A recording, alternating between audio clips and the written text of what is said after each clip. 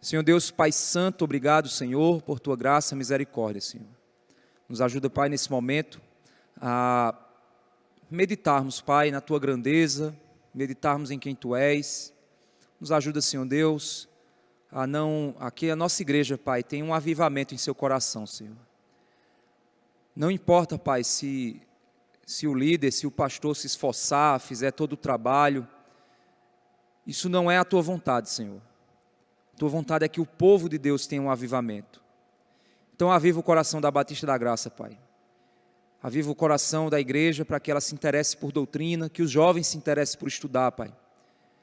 Porque os jovens hoje têm se interessado apenas por diversão, jogos, internet, e têm esquecido, Pai, que a vida cristã só existe se existir estudo da palavra. Então aviva, Senhor Deus, as gerações futuras. Aviva também os pais dessa igreja. Aviva o coração dos membros dessa igreja, Pai. Só o Senhor pode fazer essa obra soberana, eu não posso.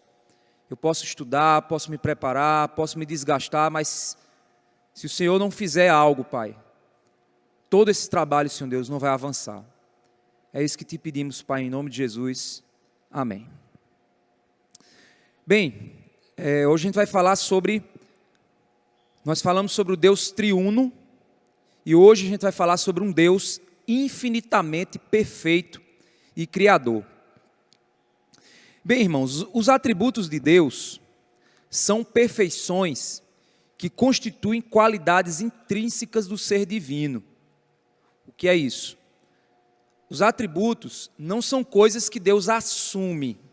Ele diz assim, eu vou ser isso, eu vou fazer isso. Não. Os atributos de Deus é o que Deus é em essência.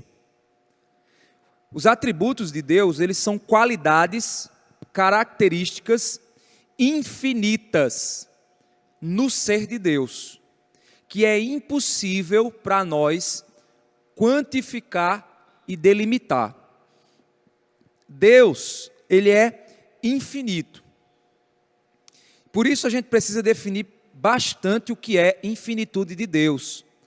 Porque se nós não definirmos a infinitude, nós vamos achar que os outros atributos são atributos que eu consigo conceber intelectualmente e pronto. Entendi quem Deus é. Não é assim. Deus, ele é infinito. E a infinitude se refere ao fato de Deus não ser um ser que eu posso definir um limite para ele. Infinito é uma característica que muitas vezes as pessoas acham que significa ser muito grande. Uma coisa infinita é uma coisa imensa, é muito grande. Não. Infinito é algo que se eu, por exemplo, se o universo não é, né? Mas se o universo fosse infinito, e eu pegasse uma nave espacial, e eu viajasse numa velocidade bilhões de vezes a velocidade da luz, e eu caminhar bilhões e trilhões e trilhões e trilhões de anos, eu avançaria na direção do infinito, mas o que é que eu andaria em termos de percentual? Nada. Por mais que eu fosse naquela direção, em direção ao infinito, eu jamais conseguiria quantificar o quanto foi que eu me aproximei do fim, porque não tem fim, certo? Então, por que é importante a gente entender o infinito, esse atributo de Deus, a infinitude de Deus? Porque quando nós compreendemos a infinitude de Deus, nós entendemos que todos os seus outros atributos, eles são elevados ao infinito. E como eles são elevados ao infinito, eu não consigo então chegar ao limite do que aquele atributo pode ser. Eu não consigo concebê-lo, eu não consigo delimitá-lo, certo? Para a gente poder entender os atributos de Deus, vamos classificá-los de modo didático em dois tipos: comunicáveis e incomunicáveis. Os atributos comunicáveis são aqueles atributos que Deus, Ele deu aos seres, para que os seres possam refletir esses atributos de modo limitado, de modo finito. Então, Deus infinito, Ele permitiu que suas criaturas revelassem neles mesmos atributos infinitos de Deus de modo finito. Os atributos incomunicáveis são aqueles atributos que Deus não permitiu que os seres humanos, que as criaturas, revelassem esses atributos, tivessem neles esses atributos. Vamos lá começar pelos atributos incomunicáveis. Os atributos incomunicáveis são aqueles ligados diretamente à ideia de majestade e grandeza do ser de Deus. Nenhuma outra criatura consegue representar essa grandeza, magnitude, majestade do ser de Deus. Para a gente poder entender bem os atributos incomunicáveis, vamos dividir em dois grupos. Os atributos incomunicáveis, certo? Então a gente está vendo o quê? Deus, aí atributos comunicáveis e incomunicáveis. Os atributos incomunicáveis a gente vai dividir em dois grupos. Os atributos de soberania e os atributos de glória, certo? Então, os atributos de soberania, um deles é o atributo da onipresença. Onipresença significa que Deus ele preenche toda a criação com sua presença transcendente que está na criação. Ou seja, Deus está presente na criação, não de modo material, mas Ele está presente na criação de modo transcendente. Ou seja, Ele está na criação e está na eternidade ao mesmo tempo. Ele está na coisa material, mas está no espiritual ao mesmo tempo. E a presença de Deus está na criação, mas não se confunde com ela. O que é isso? A presença de Deus, ela está na criação, por exemplo, está dentro de nós, mas ela não se confunde conosco. Nós percebemos claramente o que é presença de Deus e o que não é presença de Deus. Outra coisa, nós não somos seres onipresentes. Podemos estar presentes apenas em um lugar por vez, certo? Nós só conseguimos estar presentes em um lugar por vez. Deus não. Nós somos limitados, Deus não. Deus ele pode estar presente em todo lugar de modo completo, sem nada faltar de sua presença em todos os lugares. Ou seja, o que é que isso quer dizer? Às vezes a gente pensa que Deus ele é tão grande que o pé dele está aqui, a mão dele está lá. Não, Deus não é um gigante. Quando Deus está aqui nesse lugar que nós estamos cultuando, Ele está totalmente aqui, em todo o seu ser, em toda a sua majestade, em toda a sua glória. E ao mesmo tempo Ele está em todas as igrejas que estão cultuando a Ele no exato momento, de modo completo e total. Então Ele é um ser onipresente, e isso significa onipresença. Por isso que quando a gente consegue compreender um atributo de Deus, você tem que elevar esse atributo ao infinito. Por quê? Porque, apesar de nós compreendermos que Deus ele é um ser que está em todos os lugares ao mesmo tempo, de modo completo, nós sempre achamos que chegamos ao limite da definição. E não chegamos. Por quê? Porque a gente tem que elevar isso ao infinito. E aí nós chegamos a um limite que a nossa mente não consegue conceber. Esse é o ser de Deus. Por isso que é loucura você dizer assim, entendi agora o que é. Não, você entendeu a parte cognitiva do atributo. Você entendeu a parte mental, a parte que humanamente é racional. Mas você não chegou ao todo da compreensão. Certo? Onipotência é aquele atributo que permite que Deus faça tudo o que for de sua vontade. Por ser infinito, ele se torna livre. Ele é a causa última de todas as coisas. Vamos lá. O que isso significa? Deus, ele é onipotente, ou seja, Deus consegue fazer absolutamente tudo. E depois que Deus termina de fazer absolutamente tudo, você não vê nele nenhum tipo de respiração que diga assim, agora eu cansei. Ou seja, Deus, Ele faz tudo o que for de sua vontade, e Ele faz isso por sua palavra. Quando Deus então fala, as coisas acontecem de modo que não precise nenhum tipo de mover de seu esforço para que isso aconteça. Afinal de contas, que esforço eu teria levantar uma formiga? Né? E olha que uma formiga tem pelo menos algumas miligramas de peso. Que esforço eu teria de levantar uma formiga? Que esforço tem um Deus infinito de sustentar um universo completamente limitado em suas mãos? O que poderia impedir a realização da vontade de Deus? A única coisa que poderia impedir seria algo maior do que Ele. Tudo bem, não existe nada maior do que Deus.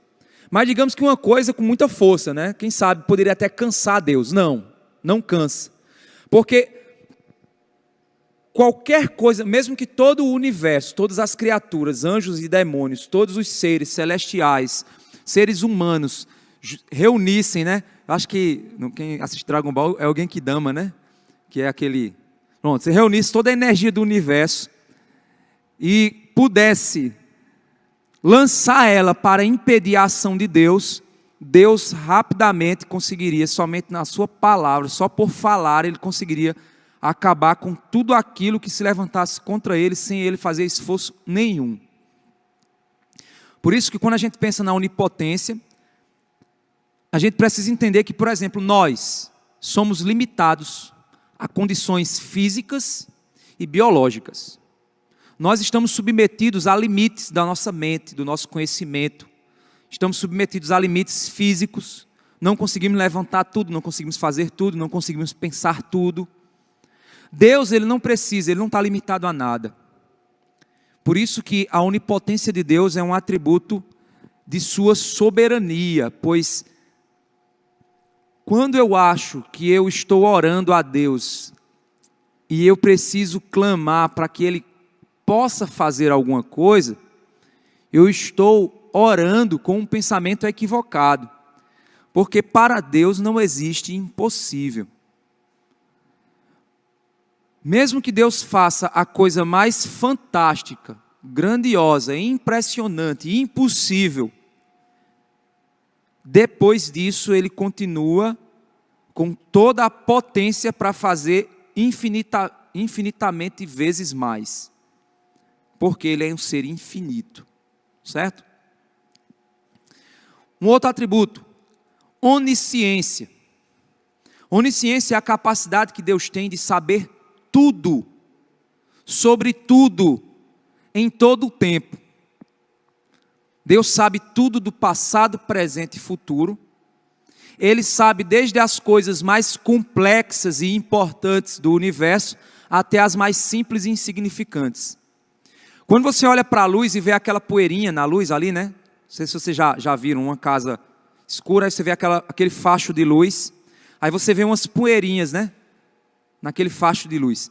Cada partículazinha daquela ali está fazendo um movimento que Deus sabe exatamente de onde ela vem, para onde ela vai, e aquele movimento que ela está fazendo e quantas partículas existem naquele facho de luz ali. Se você perguntar a Deus, quantas partículas existem nesse facho de luz que eu estou vendo? Ele vai dizer exatamente o número e ainda vai dar a progressão geométrica, né, Mateus?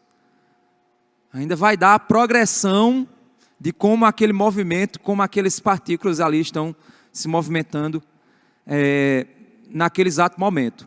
Ele conhece o mais íntimo dos seus pensamentos, os mais insignificantes, até os pensamentos mais complexos dos cientistas mais inteligentes do mundo. Deus, Ele é a fonte de todo conhecimento. Então não existe conhecimento fora dele. Não existe algo que você diga, Deus, deixa eu te contar isso aqui. Sabia disso aqui? Aí, sabia. Ou seja, não existe piada para Deus, né? Se você for contar uma piada, Ele não vai rir, né? Porque o efeito da piada é que você vai dizer alguma coisa e a pessoa fica na surpresa, né? Caramba, que legal, nunca tinha pensado nisso. Não existe piada para Deus. Quando você for contar uma piada para Ele, Ele já sabe o fim da piada, então Ele não vai rir. A única piada que você pode contar para Deus é que Ele não consegue fazer alguma coisa. Ou aquele momento em que você acha que você pode fazer e por isso você não entrega a Deus, porque você vai fazer e Deus não vai fazer. Pronto, isso é uma piada. Aí talvez nisso Ele ele vem a rir. Nós podemos passar toda a nossa vida estudando sobre tudo, mas a gente sempre vai ser limitado ao tempo, à vida, à maturidade, para a gente poder conhecer.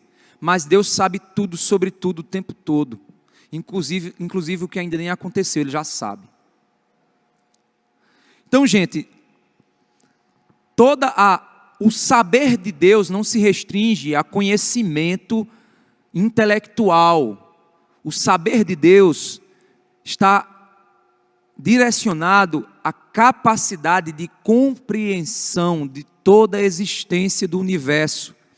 Tudo que existe está debaixo da compreensão, da dinâmica, da mente do ser de Deus. Quando o ser humano, ele cria um computador, aquele computador já estava contido na mente de Deus. O que aconteceu ali foi somente que o ser humano conseguiu descobrir, pois pela revelação e pela permissão de Deus, Deus permitiu a ele descobrir uma forma de fazer um equipamento que consiga processar informações, que é um computador. Mas aquilo já está no ser, na sabedoria de Deus. Então, após pensar nesse atributo, eleve ele ao infinito. Então, nós podemos então chegar a ter uma noção mais ou menos do que significa onisciência. Aqui a gente agora vai para os atributos de glória. A gente viu os atributos de soberania. Atributos de glória. Deus, ele é independente e autoexistente. O que é isso? Deus, ele é eterno, não veio de nada anterior a ele, pois nada existe antes dele. Deus existe em si mesmo. Deus não existe dentro de um espaço. Está entendendo? Vamos lá, deixa eu tentar fazer você entender. Nós existimos dentro de um espaço, certo? Eu existo, mas eu existo agora dentro dessa igreja, que está dentro do Campina Grande, que está dentro de... Ou seja, nós existimos dentro de algo. Se eu disser que Deus existe dentro de um espaço chamado eternidade, este espaço chamado eternidade é maior do que Deus.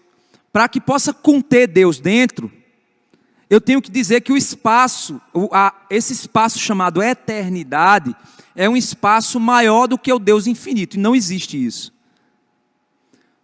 Ou seja, Deus está contido em si mesmo. Deus é o próprio espaço de sua existência. E nada existe antes dele. Aí você diz, caramba, se eu não consigo entender, amém. Se você conseguisse é porque você era Deus. Mas, alguma pessoa pode dizer, isso é loucura demais. O ateu pode chegar para você e dizer, isso é muita loucura.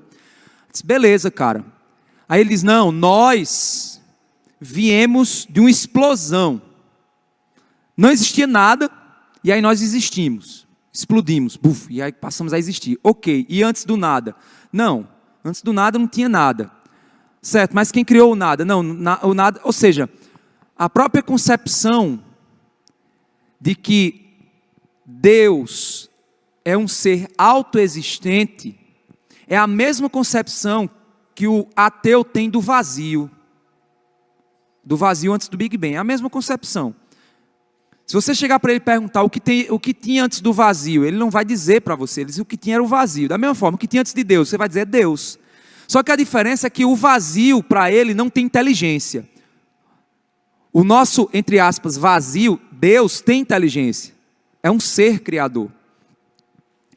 Então, tudo que existe, existe porque foi criado. Certo? Tudo que existe, vamos lá, eu vou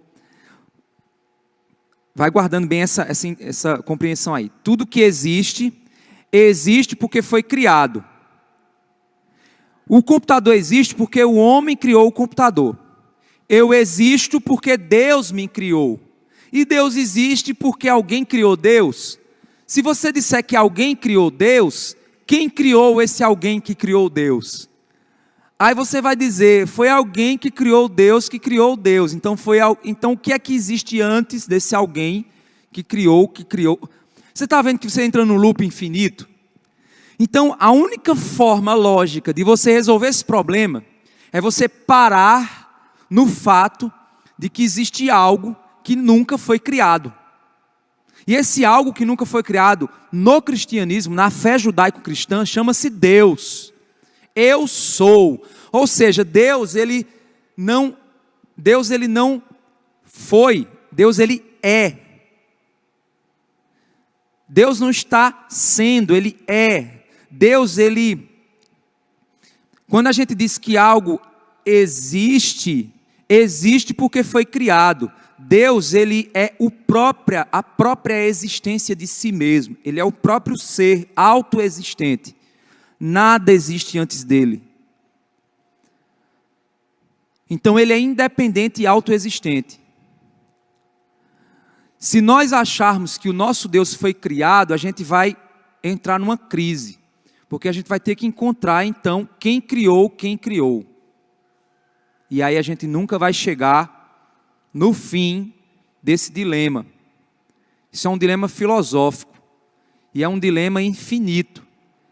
Porque a única forma de resolver esse dilema é colocando na existência um Deus autoexistente. É a única maneira de resolver a questão o problema filosófico da existência da vida. Só pode ser resolvido se eu colocar algo autoexistente anterior.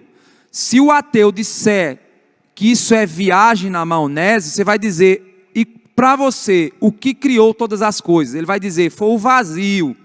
E esse vazio, o que é que existia antes dele? Nada. Então o vazio é autoexistente. Ou seja, mesmo o ateu e o cristão, ele encara logicamente o problema da mesma forma. A diferença é que para nós faz muito mais sentido entender que existe um ser muito maior do que nós, autoexistente, chamado Eu Sou, Elohim, Yahvé, e por aí vai. Por isso que Deus ele é chamado de Eu Sou. Sabe por quê? Porque eu sou homem. Nossa irmã Socorro, ela vai dizer, eu sou mulher. O gato lá de casa vai ser, eu sou o gato. Essa cadeira vai dizer, eu sou uma cadeira. Esse prédio vai dizer, eu sou um prédio. Deus vai dizer, eu sou. Ponto. Nada, absolutamente nada, pode parar da forma como Deus para nessa expressão. Eu sou.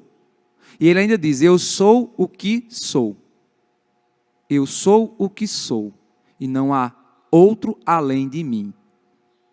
Ponto. Ok? Por isso que Deus é a causa última de tudo. Sabe por que Deus é a causa última de tudo? Porque se algo está aqui, está por uma razão. Esse livro está aqui por uma razão. Eu trouxe ele. Mas eu trouxe ele porque por uma razão. Alguém escreveu. Alguém escreveu por uma razão. Queria passar conhecimento. Alguém queria passar conhecimento por uma razão. Ou seja, se eu for nesse caminho, eu vou encontrar uma razão para tudo. E no fim, todas as coisas vão ter uma razão de existir. Deus. Porque Deus fez. Porque Deus quis. Então Deus ele é a causa última de todas as coisas. Tudo que existe subsiste no ser de Deus, no propósito dele. Certo? Gente, vocês não imaginam o quanto... Espero que os irmãos aqui que não estejam assistindo possam assistir depois. Vocês não sabem a importância que esse conhecimento tem para toda a base da nossa fé. Tudo isso aqui que eu estou passando para vocês, se os jovens pegarem isso aqui, botarem na cabeça deles, eles não vão cair mais em falácia de nenhum professor ateu, em canto nenhum na face dessa terra. Porque aqui eu derrubei uma série de argumentos. Acabei de falar, se o ateu chegar para você e disser assim, não, o Big Bang foi uma explosão do nada, sim, mas e o nada? Não derrubou o argumento do cara, e aí, vai dizer o quê? Não, aí você vai chegar no limite, você vai dizer, olha... Sabe qual é o teu problema, cara? É que você não quer reconhecer que o que eu estou dizendo faz o mesmo sentido do que você está dizendo. A diferença é que o que eu estou dizendo faz mais lógica. Porque se você olhar para a complexidade da criação, e você dizer que tudo isso aqui, complexo demais, Você já viu o tímpano, como é que ele funciona? Aquele martelinho lá. Foi o movimento evolucionista de uma coisa que não entende nada, que é um ser sem cérebro, que é o acaso. O acaso foi jogando dados até o ponto em que o acaso, o vazio, conseguiu conceber cada uma das estruturas da biologia do universo, que conseguem funcionar com toda essa harmonia. Quem foi? Foi o nada.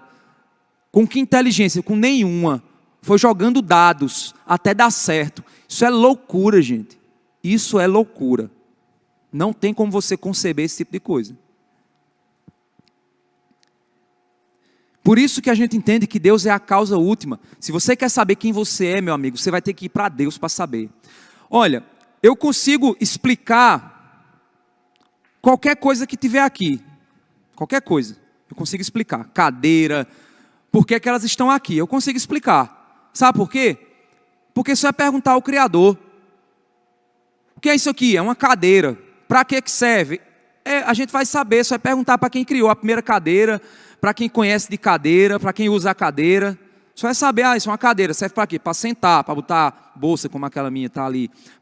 Serve para alguma coisa, você está ali, ok.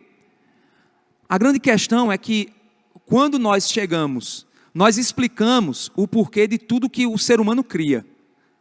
Mas quando a gente chega no porquê do que Deus criou, os ateus não querem aceitar que aquilo que criou foi um ser inteligente. Do mesmo jeito que todas as coisas criadas por nós foi criada por um ser inteligente como nós, a natureza também foi criada por um ser inteligente como Deus. Qual é a dificuldade de você conceber isso? Nada mais, nada menos do que incredulidade. Deus, ele é completo e nada lhe falta. Deus, ele é eternamente triuno. E essa trindade possui um relacionamento de amor em si mesmo. Então Deus não é um ser solitário, gente. O Deus pagão, aqueles deuses pagãos lá, Zeus é só Zeus. Ele é um Deus solitário. Aí ele tinha outros deuses para ficar brigando, né? Porque tinha os filhos dele, tinha a mulher, tinha não sei quem que ele matou. Aí vai entender aquela mitologia, né? Mas o nosso Deus, ele não é um Deus solitário. Ele é autoexistente em 3 pessoas. Pai, Filho e Espírito. O Filho é eternamente Filho, o Pai é eternamente Pai, e o Espírito é eternamente a manifestação do amor do Pai pelo Filho. Deus, por isso, ele é totalmente satisfeito em si mesmo. Nada lhe falta, pelo contrário. A infinitude dos seus atributos gera em Deus um fator de transbordamento. Quando eu estou com sede, eu bebo água, porque me falta algo. Se eu já bebi muita água e eu não estou mais com sede, se você me oferecer água, pode ser que eu regurgite aquela água. Palavra bonita, né? Pode ser que eu coloque para fora aquela água, porque eu já estou cheio. O ser de Deus, ele é um ser que ele é tão autoexistente, completo e satisfeito, que seu amor, sua satisfação, seu poder, ele é transbordante. Então Deus não falta nada para que complete o ser de Deus. Ele é tão completo que ele passa a ser transbordante. Por isso que as coisas criadas refletem o amor de Deus, porque o amor entre o Pai e o Filho e o Espírito são tão intensos que transbordou na criação. Então Deus, quando criou por amor. Eu falei desse exemplo na aula passada, né, do casal. Homem e mulher se amam tanto, que eles geram filhos. E esses filhos são beneficiados do amor desse casal. Se por acaso o casal deixar de concentrar o seu amor um no outro, os filhos vão perder.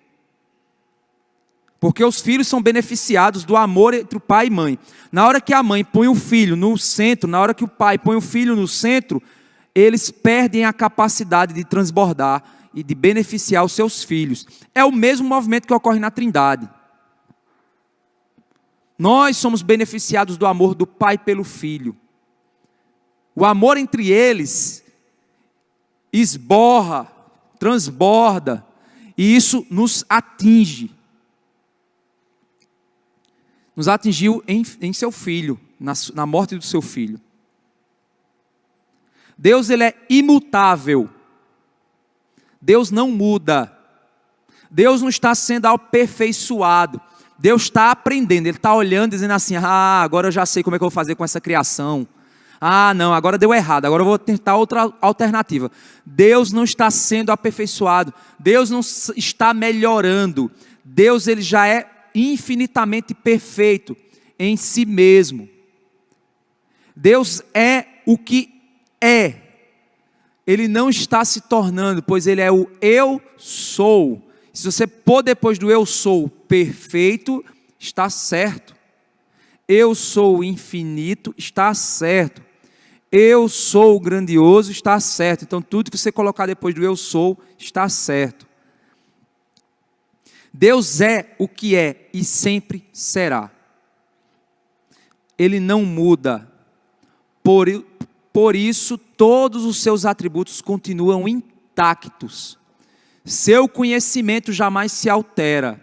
Seu amor jamais acaba, muda. Suas decisões jamais serão mudadas por um conhecimento novo. Ele é uma rocha da mais forte que possa existir, no qual eu posso construir minha casa sem nenhum medo de um dia ela ser destruída. Isso é o ser de Deus. Por isso que eu posso confiar na palavra de Deus, sem nunca ter medo de que essa palavra vá me decepcionar. Jamais. Se Deus disse que seu filho me salva, eu sou salvo e nada pode tirar isso de mim. Se Deus disse que me ama, eu serei amado e nada que eu venha a fazer vai fazer com que Deus venha deixar de me amar. Ele disse: eu amo você e por isso eu te salvo. Ponto. Isso não muda, não se altera. É nisso que nós descansamos, no fato de Deus não mudar. Outro ponto, Deus, ele é simples e íntegro. Aí você diz: o que isso significa? Deixa eu explicar. Os atributos de Deus, eles não são separados um do outro. O amor de Deus não fica maior do que a soberania não fica maior, não. Porque Deus, ele é um ser simples. O que isso quer dizer? É um ser íntegro. Ele não é um ser que os atributos, alguns atributos, eles são maiores do que outros e eu preciso compreender a diferença entre eles para que eu possa entender quem Deus é. Como, por exemplo, o ser humano. Eu preciso entender que as pernas do ser humano são maiores do que os braços e que ele anda com as pernas. Não. O ser de Deus, ele é um ser simples. Ele é um ser íntegro. Ele é um ser em que todos os atributos dele estão igualmente cooperando e internamente correlacionados. Não existe atributo entrando em colapso um com o outro, disputando. Tudo que ele é perfeitamente único em si, nas três pessoas, igualmente. Por exemplo, a justiça de Deus é santa. A santidade de Deus é amorosa. E o amor de Deus é santo. Só para você entender. A gente tem um erro, isso é um erro, viu, gente? Não é uma heresia, não, é um erro. Erro é mais perdoável. O erro, por exemplo, é um erro a gente dizer o seguinte: Deus, ele age com amor. Deus aqui está agindo com amor. Deus aqui está agindo com justiça. Não. Deus aqui está agindo com um amor justo. E Deus aqui está agindo com a justiça amorosa. Você não pode desconectar. Quando Deus salva o ímpio, pelo perdão de pecados, aquele amor derramado sobre aquela pessoa que levou ela à salvação, foi um amor justo no filho dele. Quando Deus condena o ímpio, aquela condenação é um ato de amor pelo filho dele. Ou seja, todos os atributos do ser de Deus, isso é fantástico, isso eu até me arrepio. Todos os atributos do ser de Deus fazem sentido e são completamente manifestados na cruz. Isso é impressionante. É algo assim que você diz, caramba, é impossível você achar que essa concepção teológica e filosófica foi criada por uma mente igual a minha e a sua. Não foram os 12 apóstolos que se reuniram e inventaram isso. Pelo amor de Deus, se um ser humano achar que isso é uma concepção humana, meu amigo, você precisa pegar esse cara e chamar ele de alguém melhor do que Einstein. Mais inteligente do que a reunião de todos os... Então os apóstolos, os caras eram fora de série, e ainda morreram por isso, coitado, né? Criaram uma das concepções filosóficas mais profundas do universo, e depois foram assassinados por isso, coitados deles, né? Era melhor ter ficado em casa, pescando e dando comida para a sua família. Não, tudo se revela na cruz. Na cruz eu vejo justiça, santidade, amor, soberania, onipotência, onipresença, tudo ali revelado naquele exato momento da morte de Cristo.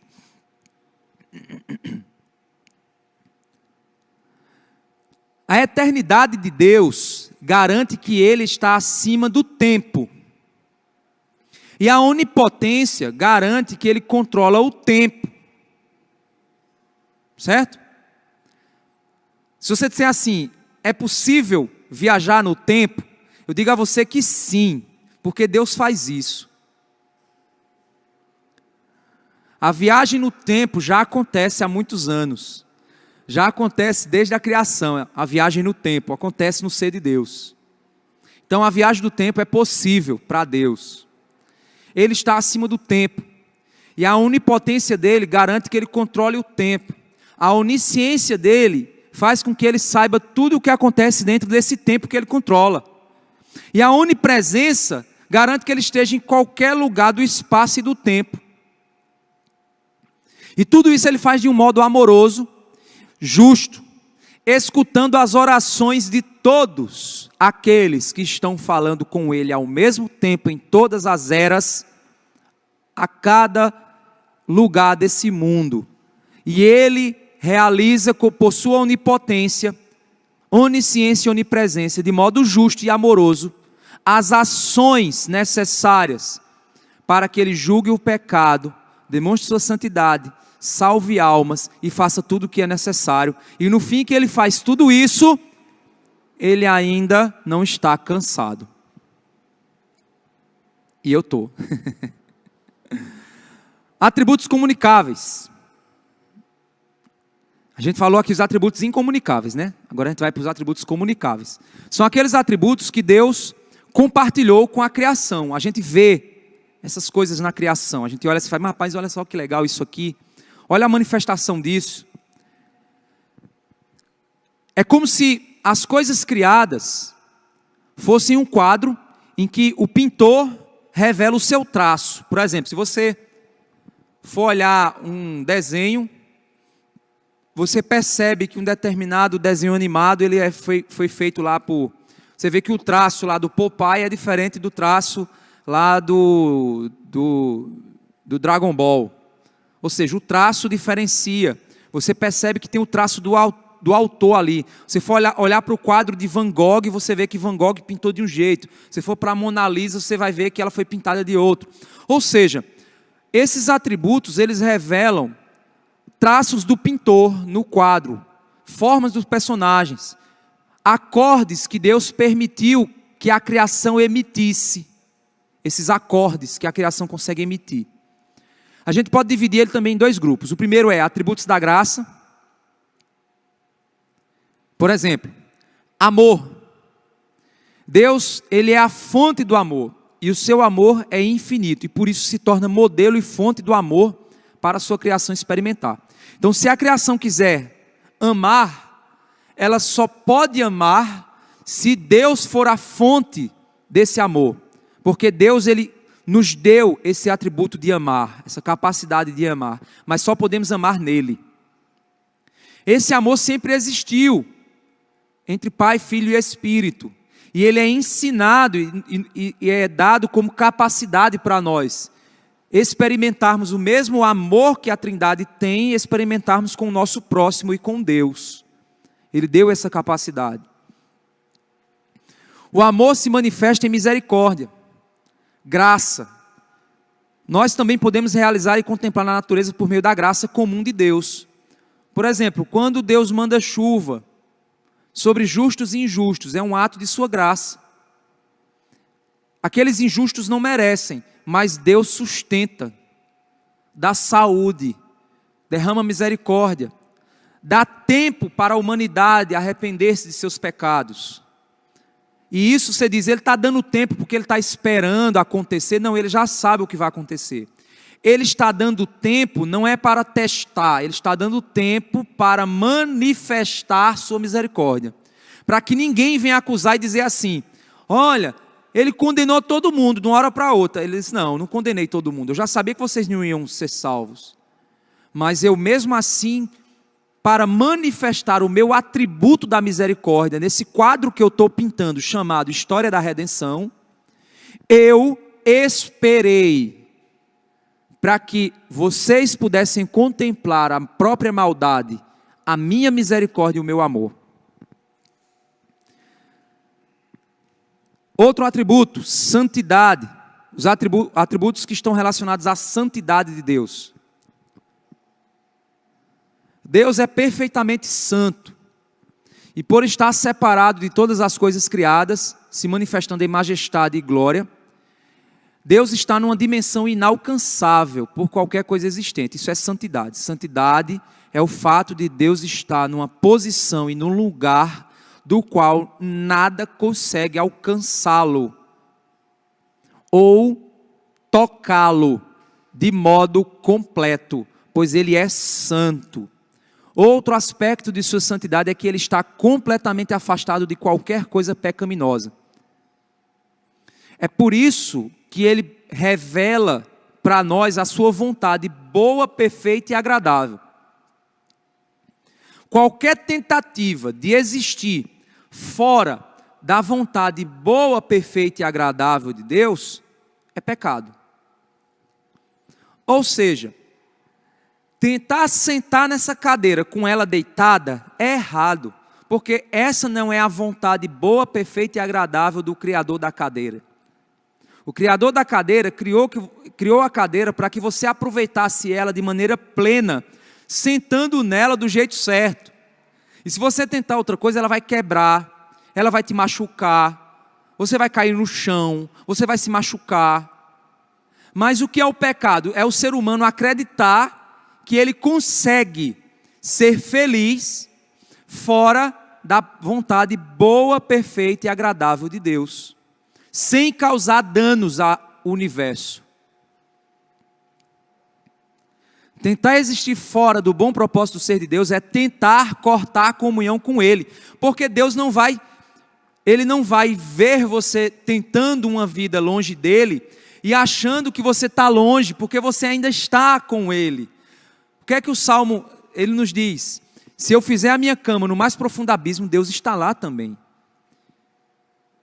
Então, tentar existir de modo pecaminoso não é existir fora de Deus, porque é impossível existir fora do ser de Deus.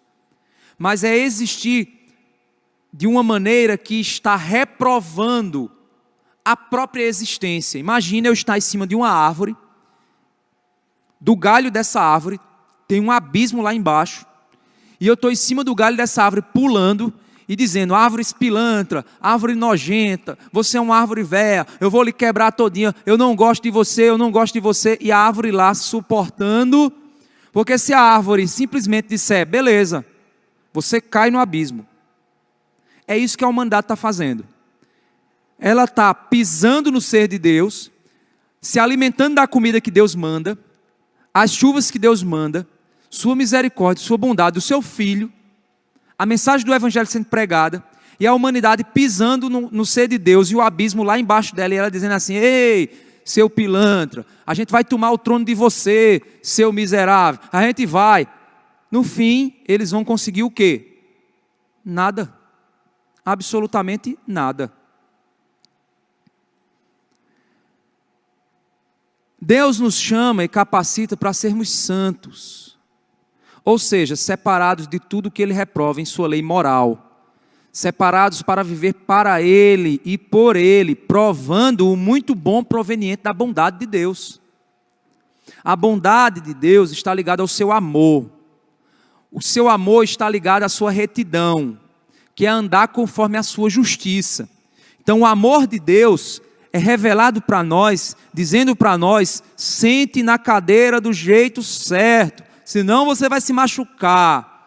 E aí quem não quer, Deus vai dizer: se você não sentar, pelo amor que Ele tem a você e a todos os outros, você vai se machucar. E se você sentar errado, você vai quebrar, se machucar, e eu vou lhe condenar. Por isso, pelo seu amor Ele faz isso, pela sua justiça Ele faz isso. E depois Ele vem e condena, porque Ele é justo e reto. Ele não pode permitir, Ele não vai permitir que aquilo subsista diante do seu próprio ser. A justiça e o amor de Deus, que deseja manter todas as coisas caminhando no muito bom, despertam a sua ira, que é a reação à atitude que peca contra a santidade dele, e que por isso causa dano na própria criação, não em Deus, mas na criação.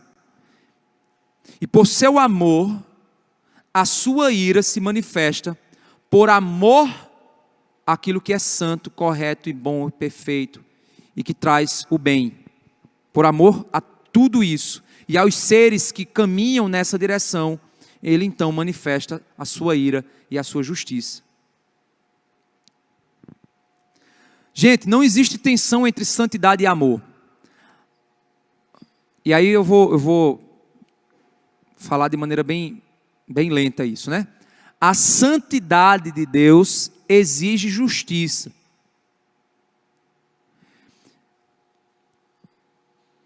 Essa semana eu fui dar uma aula numa igreja, e aí o pessoal fez um trabalho, aí eu fui corrigir o trabalho deles. Pastor, um trabalho aqui para você corrigir. Eu fui corrigir o trabalho deles. Era um seminário, um semináriozinho dentro da igreja. Aí, quando eu estava corrigindo, algumas pessoas se esforçaram muito. E eu vi que o esforço dela, ela tentou atender aquele propósito ali. Mesmo que não alcançaram perfeitamente, mas eu vi a intenção de querer acertar. E muita coisa acertaram. Depois eu vi um trabalho que foi uma cópia de um capítulo de um livro que eu já tinha lido. E a pessoa copiou o capítulo, e pior que copiou ela e copiou outro, e botaram nomes diferentes em 2 trabalhos. Ou seja, o trabalho estava todo certo, porque afinal de contas foi a cópia do livro, né? Mas aquela atitude revelou o coração. O que é que eu estou querendo dizer? Apesar do trabalho estar certo, mas eu coloquei um 0. Porque aquilo ali foi o que a gente chama de plágio. Aquilo ali veio de um coração que não estava nem aí. E aquelas pessoas que estavam esforçadas, minha vontade era botar 10 nelas. Mas eu digo, não, eu vou manter isso. Mas a minha vontade era premiá-las pela sua honestidade. E aquele lá condenar pela sua maldade. O que é isso? Que sentimento é esse que eu estou descrevendo para vocês? Justiça. Só que essa justiça, ao mesmo tempo, ela se manifesta dizendo assim: como eu queria que aquela pessoa não tivesse feito isso. Como eu queria que eles tivessem feito o que é certo.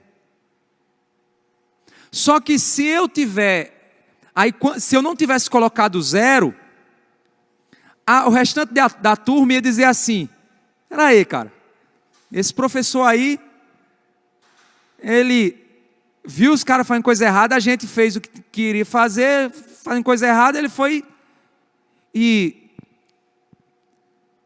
colocou a nota para eles.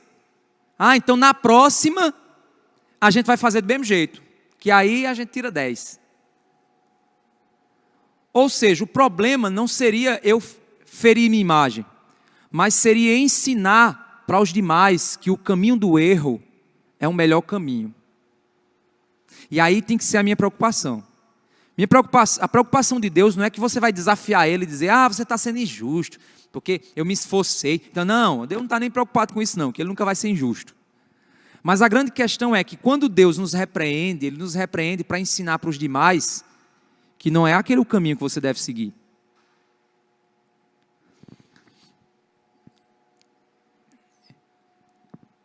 Deus, Ele não pode simplesmente esquecer o pecado, gente. Quando Deus nos perdoa, não é porque Ele esqueceu, não é isso. Se Deus simplesmente esquecer o pecado, Ele se torna injusto. Imagina você chegar para um juiz, e aí o juiz, você foi lá, bateu no carro de alguém, brigou com o cara, esmurrou o cara, deu um tiro na perna dele, e tá uma maior confusão, e tal, e o pessoal lhe prendeu e tal, e você está na frente do juiz, e o juiz diz, meu amigo, que é isso que você fez, cara, que confusão é essa? Seu juiz, eu estou arrependido. O cara está lá no hospital, a mulher do cabo, tu deu um soco na mulher do cara, ela está com a cara toda inchada, bateu no carro do cara, causou um prejuízo de perda total no carro do cara, mas você está lá enfrentar o juiz e diz assim, juiz, tenha misericórdia de mim, eu não vou fazer mais isso não.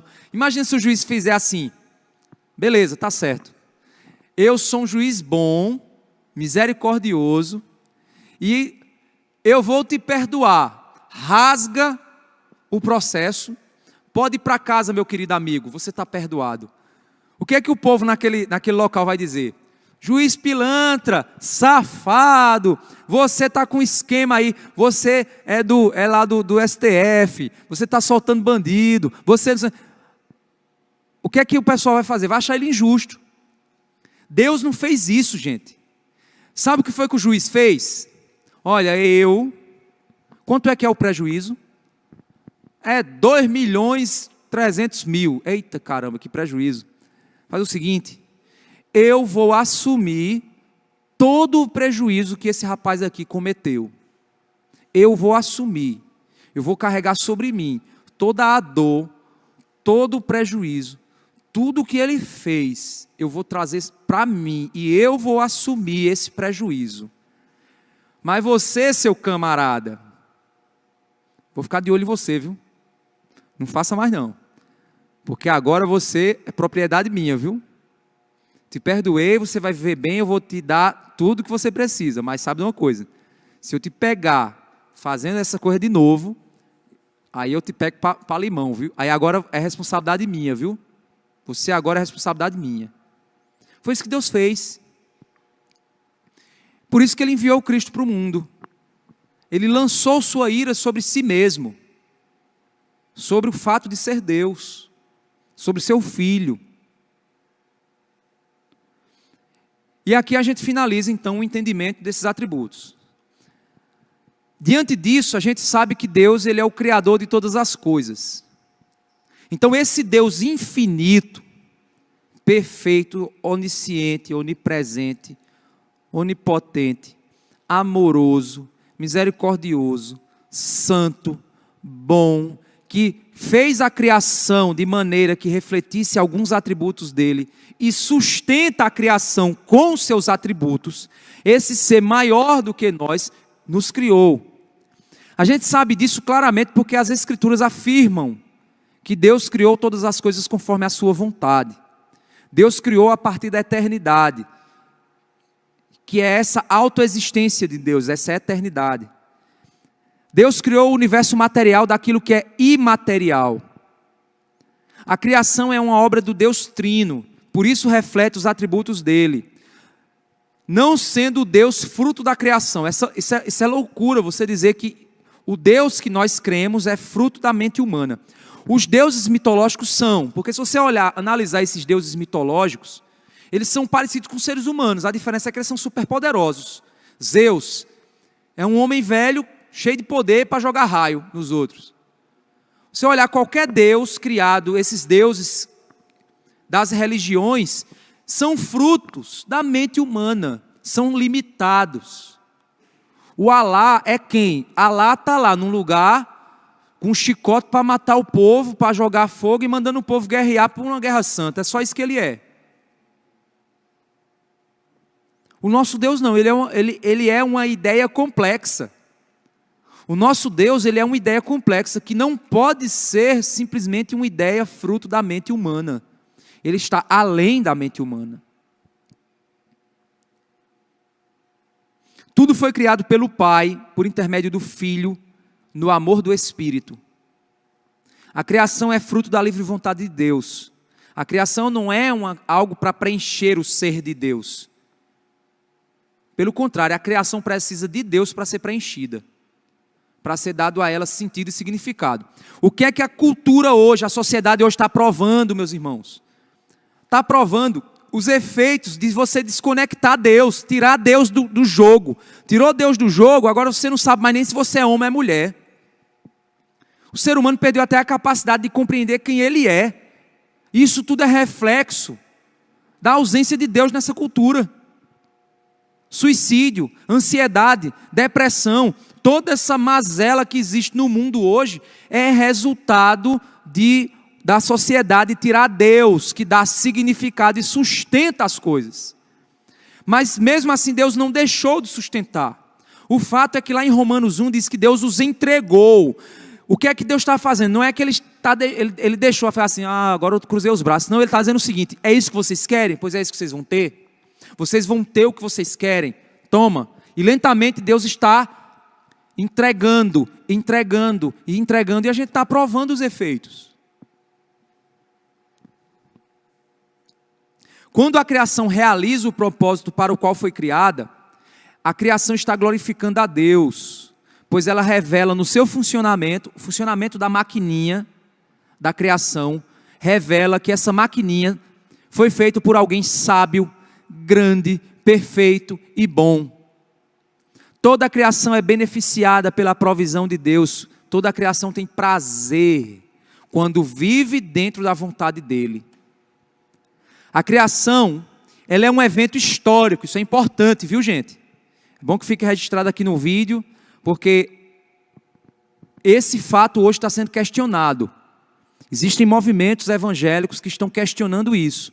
A criação é um evento histórico da mesma maneira que foi citado em Gênesis. O Salmo 136 coloca a criação em pé de igualdade com todos os eventos. O Salmo 136 descreve a criação, Adão, os povos, tudo do mesmo jeito. Ele não põe um espaço, agora há milhões de anos, agora é o tempo normal. Não. Os fatos, Jesus e os apóstolos fizeram uso dos personagens de Gênesis de maneira histórica. Eles não deram nenhuma margem para o entendimento de que esses personagens eram mitológicos, simbólicos. Eles se referiram à criação como um evento real e histórico. Negar este fato é o que tem levado o movimento que tenta unir evolucionismo à Bíblia a desconstruir muitas das doutrinas essenciais. Tem gente aí procurando Adão. Vamos procurar o Adão bíblico. Meus irmãos, se Adão é reflexo de uma evolução, é um mito. Se Adão é um mito, e esse mito na realidade revela um homem macaco que veio se tornar homem, quando foi que ele pecou? Quando é que aconteceu a queda? Não, ali é para revelar uma natureza que sim, mas qual foi o ato que levou à queda? Porque o ato que levou à salvação foi a cruz, foi um ato. Se Adão cometeu um ato, e esse aqui é outro Adão, então ele também teve que cometer um ato para corrigir o ato que foi cometido. Se eu digo que ali não foi um ato, mas é uma evolução misturada com...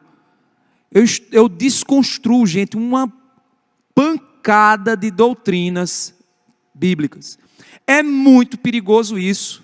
Não é algo correto. Eu não posso pegar a Bíblia e acomodar a ciência. Eu não posso fazer isso. A ciência tem que se acomodar às Escrituras. A verdadeira ciência consegue fazer isso perfeitamente. Então, gente, para ficar muito claro, isso eu estou dizendo aqui claramente, a visão que nós temos em nossa igreja não é a visão do evolucionismo teísta. Nós não acreditamos em evolucionismo teísta. Se tiver algum jovem universitário que no futuro entra na universidade, vai fazer biologia e cai no colo dessa galera que tem essa mistura, aqui na igreja você não vai achar espaço. Porque se a gente der espaço a você, a gente vai ter que desconstruir uma pancada de doutrina bíblica. E a gente vai entrar no liberalismo teológico, que é um caminho perigosíssimo para a fé. Então nós não vemos na Bíblia em lugar nenhum que Darwin descobriu uma interpretação nova da Bíblia. Darwin descobriu, na época que nem existiam células, ele foi para a natureza, fazer uma observação da natureza e descobriu, pelo Espírito Santo, uma nova interpretação de Gênesis. Pelo amor de Deus, isso é loucura. Isso é querer se ajoelhar aos pés das universidades ateístas. Isso não é bíblico e nem cristão, certo? Então que fique muito claro isso. O Criador e a criatura estão em completa distinção. A gente não pode cair no... E aí vem outro ponto. Não podemos humanizar Deus.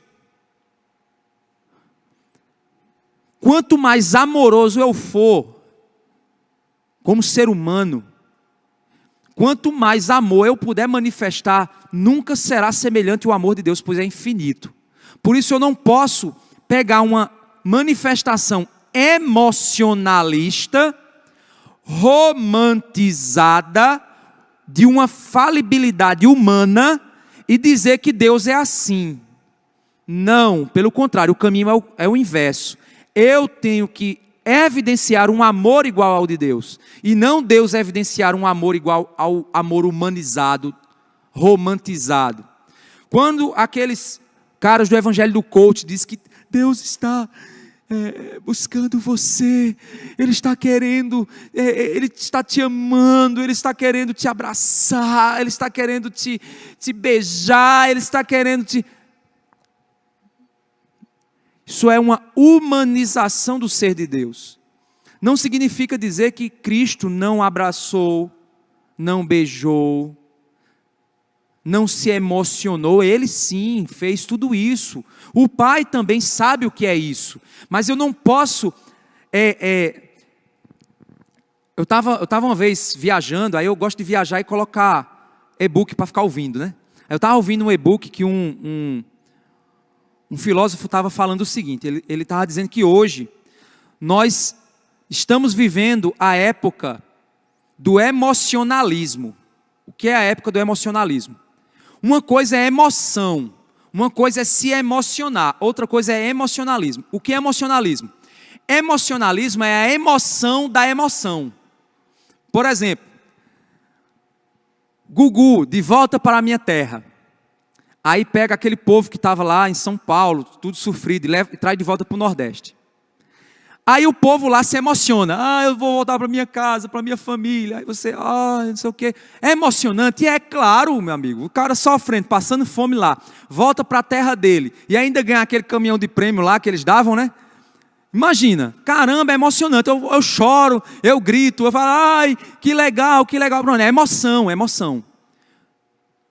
Eu vejo a emoção deles. Eu me emociono. Poxa, caramba, que legal. Estão voltando para a terra deles depois de tantos anos. Bonito isso, né? A família toda reunida, é lindo. O que é emocionalismo? É aquela música de fundo. E aí faz assim. Você, faz quantos anos que você foi embora? Faz não sei quantos anos. E o que é que você... Não, eu passei fome, eu passei sede, eu fiquei... Ai meu Deus. Vou botar um vídeo agora para mostrar as suas fotos no passado. Aí bota um vídeo, a música lá, um violino, aquela coisa. Isso é emocionalismo. É o quê? O alvo é emocionar na emoção. O que é que a gente está fazendo? Uma coisa é eu me emocionar porque Cristo morreu por mim, Ele me ama, porque eu estou me sentindo perdoado. Outra coisa é a gente vir para cá, como por exemplo, a gente tem esse cuidado aqui na banda, né?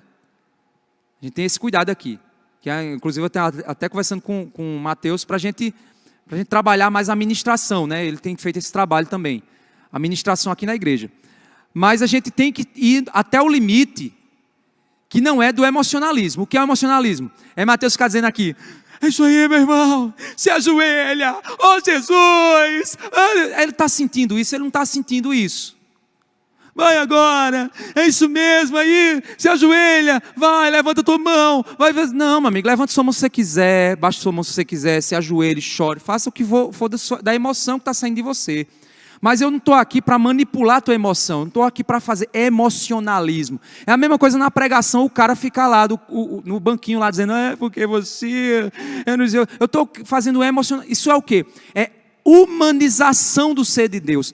Nós temos que nos emocionar por Deus ser infinito. E não humanizar Deus para que eu possa entendê-lo. Não.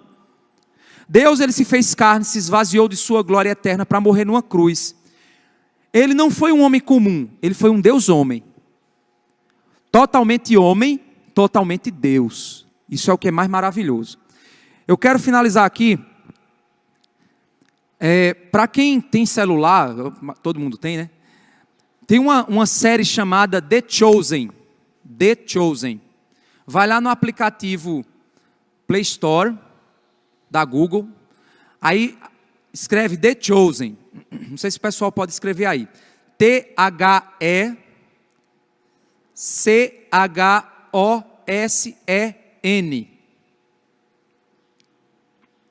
The Chosen. O pessoal está pesquisando ali para... Baixa esse aplicativo, você vai ter acesso a uma série onde um grupo de teólogos e historiadores e pessoas fizeram uma série sobre a vida de Cristo, sob a perspectiva dos apóstolos. É uma coisa assim fantástica. Gente, todos os capítulos eu chorei, mas não foi de emocionalismo não, foi de emoção. Você vê a revelação de um Cristo e os dilemas da vida dos apóstolos. Certo que tem ali a linguagem poética também, né? Você não vai ver tudo que está lá no filme e dizer assim, eita, foi assim. Não, ali tem inserções poéticas no contexto. Mas eu nunca vi uma série ou uma história cinematográfica tão bem elaborada sob uma perspectiva teológica. Porque você não vê eles humanizando Jesus a um limite fora do comum. E você não vê eles... Jesus não é aquele cara que... Tem filme que Jesus é aquele cara que fica flutuando, né? Todo mundo... Aí Jesus é aquele com o olho mais azul do mundo, uma maquiagem mais branca do mundo, um cabelo mais bem feito do mundo, e ele fica quase flutuando, né? Tem filme que Jesus é assim, ele fica flutuando. Realmente é um homem inalcançável. Mas também não é aquele Jesus da Rede Globo, né? Não sei se vocês lembram de um filme que teve na Rede Globo, de um Jesus que ele saia fazendo coceguinha nos apóstolos. Era o Jesus Sérgio Malandro, né? Também não é. Não é. Mas nessa série é impressionante você vê o equilíbrio que eles conseguiram entre o Jesus humano. Gente, teve um momento lá que eu me emocionei quando... Tem uma hora lá que mostra logo no início, ele ainda não tinha os apóstolos e ele não tinha casa, então ele estava acampado. Você vê lá ele preparando a comida dele. Aí você diz assim, meu Deus, eu nunca parei para pensar nisso, que Jesus preparou a comida dele. Ele foi lá pescar, pegou o peixe, cortou, fez uma tendazinha, aí de noite foi dormir, aí deitou a cabeça numa pedra, se cobriu e ficou orando. Orando e conversando com Deus, conversando com o Pai. Gente, eu chorei nessa hora, porque eu fiquei pensando, como é que o Deus do universo, o dono de tudo, está deitado com a cabeça numa pedra, comendo um peixe e conversando com um pai que ele vivia com ele eternamente e estava ali agora tendo que conversar com ele como um ser humano conversa. Rapaz, eu me emocionei com isso, eu disse, meu Deus, e ele fez isso por mim. Ou seja, dá uma assistida nessa série, eu acho que a primeira e a segunda temporada dela está em português, a terceira eles ainda não conseguiram traduzir não. Mas se você assistir, você vai ser, imagina que você vai chorar também, né? Mesmo se você for machão, mas você vai chorar. Amém, gente? Vamos orar? Senhor Deus, Pai Santo, obrigado por Tua graça e bondade, Senhor Deus. Nos faz compreendermos que Tu és um Deus infinito, grandioso demais. E revelou em nossa mente, Pai, a Tua grandeza, mesmo que a gente não alcance o infinito da compreensão, mas o pouco que nós chegamos já nos impressiona com quem Tu és. mesmo sendo tão grande, o Senhor escolheu tomar a forma humana e passar pelas dores que nós passamos, morrer a morte que nós morremos, para carregar sobre ti os nossos pecados. Ó Deus, que amor, que infinito amor, que nós como igreja possamos aprender a amar uns aos outros dessa maneira, a vivermos esse evangelho, Pai, que só o Senhor é capaz de nos capacitar. Obrigado por tudo, é o que te pedimos em nome de Jesus. Amém.